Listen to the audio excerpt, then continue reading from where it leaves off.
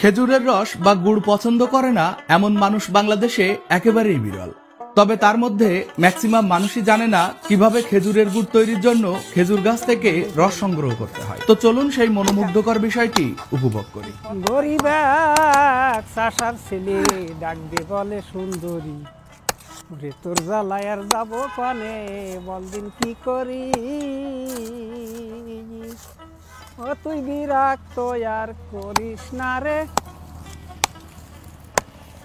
সামনের বছর সব পাবি।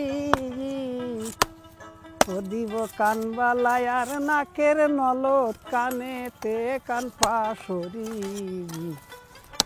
দিব গামছা বুড়া বসন্তর বাহার, তোর হাতে বেশ মানায় যুগল চুরি।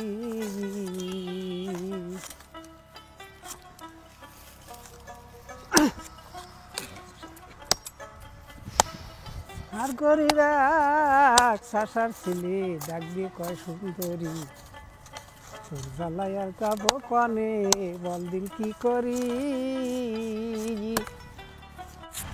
এটা তো এই বছর প্রথম কাটা প্রথম, হ্যাঁ হ্যাঁ। গাছ কেমন বয়স হলে কাটা যায়?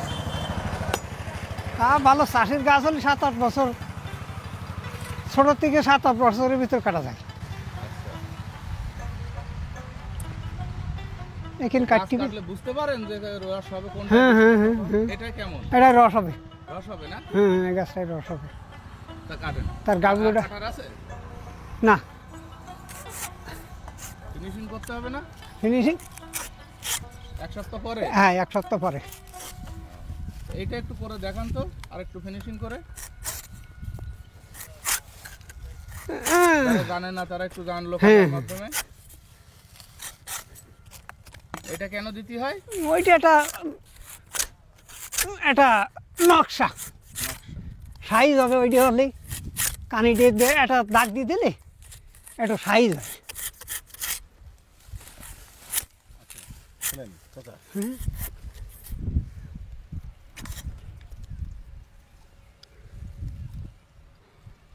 ঘামা ঘামা ভাব আছে, গাছটা রস হবে না।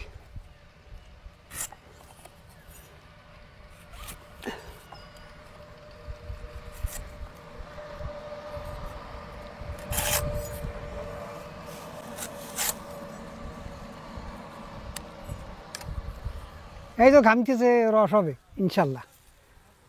হ্যাঁ, রস হবে, এতে রস হবে।